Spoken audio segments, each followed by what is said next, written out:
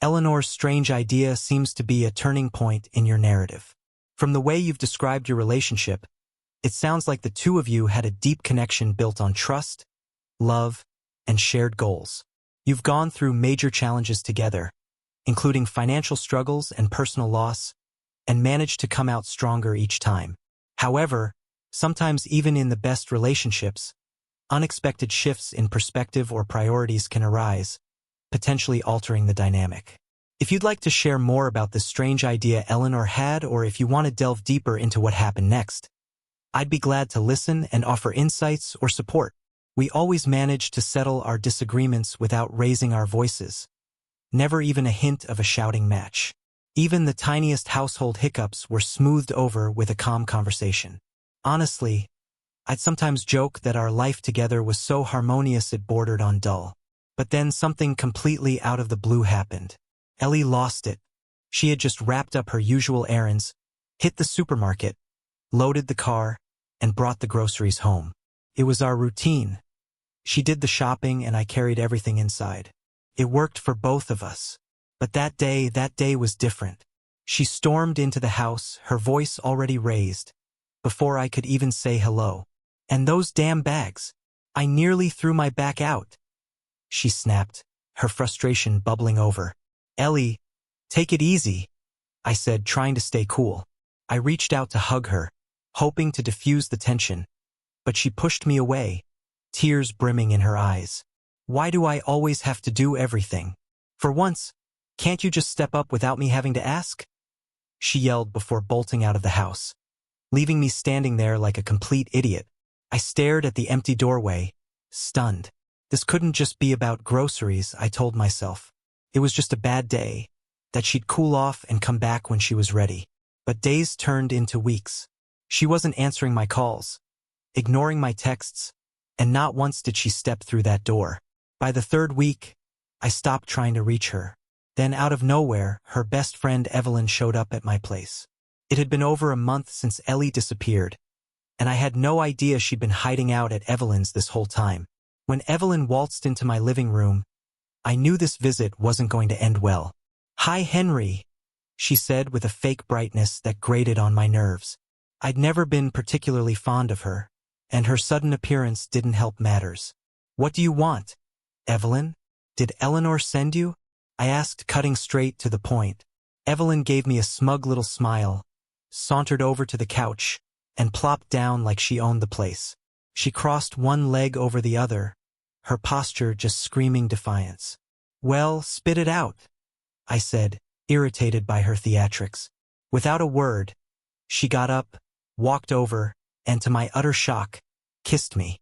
Her hand slid down toward my waist before I recoiled, shoving her away. "What the hell are you doing?" I shouted, glaring at her. "You're such an idiot," she hissed, her tone dripping with disdain. "I was trying to help you, but clearly you're too stupid to see it." I stood frozen, still reeling from her bizarre behavior, when she dropped the bombshell. According to Evelyn, Eleanor wasn't the innocent, loyal partner I thought she was. After her parents passed away, she'd spiraled, looking for something, anything, to feel alive again. She joined a dating site, and apparently, she found what she was looking for, even if it meant wrecking everything we built together. "She's ashamed, you know," Evelyn said with a smirk. "She doesn't know how to face you now. But hey, if you cheated, maybe it'd even the playing field. Fresh start and all that." I stared at her, dumbfounded. The audacity, the cruelty, the absolute nerve. "Get out," I said through clenched teeth, pointing toward the door. "And tell Eleanor she can come by for her stuff. But I don't ever want to see her again." Evelyn smirked, shrugged, and sauntered out as casually as she'd arrived. But her words hung in the air long after she was gone. The idea that Eleanor had betrayed me so thoroughly, that she'd kept secrets so big they shattered everything we had. It left me hollow. I didn't know what hurt more, losing her or realizing I never truly knew her at all.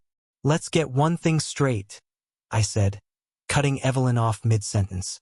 "This isn't just my apartment. It's hers too. Well, technically, it was my father's place. And by the way, the car she's been using to cruise around on her dates? Yeah, his too. So do me a favor. Just leave the keys in the mailbox on your way out. With that, I led Evelyn to the door and shut it firmly behind her. No drama, no outburst, just the solid click of finality. Surprisingly, I didn't feel much of anything by this point. I'd grown accustomed to being on my own. Her absence didn't claw at me the way I thought it would. And yet, buried deep beneath the surface, something still gnawed at me. A faint, insistent unease that refused to be silenced. It had been eating away at me since the day she left. I couldn't shake the feeling that Eleanor didn't just walk away without a reason. And now, hearing Evelyn's twisted little revelation, it felt strangely easier to accept. At least now I had answers, or so I told myself. The divorce was as straightforward as they come. No messy legal battles, no emotional showdowns. We had nothing to split, no shared assets or complicated entanglements. Eleanor seemed eager to sever ties, and honestly, so was I. She made a few half-hearted attempts to reach out, but I ignored them all. I didn't want to open that door again. Not for her, not for anyone. But the car, that was a different story. She flat out refused to return it, dragging the ordeal out longer than necessary. Eventually, I had to threaten her with a search warrant. Only then, grudgingly, did she hand over the keys. Even that felt like pulling teeth. Another unpleasant chapter in a story I was desperate to close. I hadn't anticipated things ending this way. It wasn't the future I'd imagined. But, well, it happened. And life goes on, doesn't it? So guys, if you all liked today's story, please like the video and subscribe to our channel. And don't forget to press the bell icon. Thank you for watching.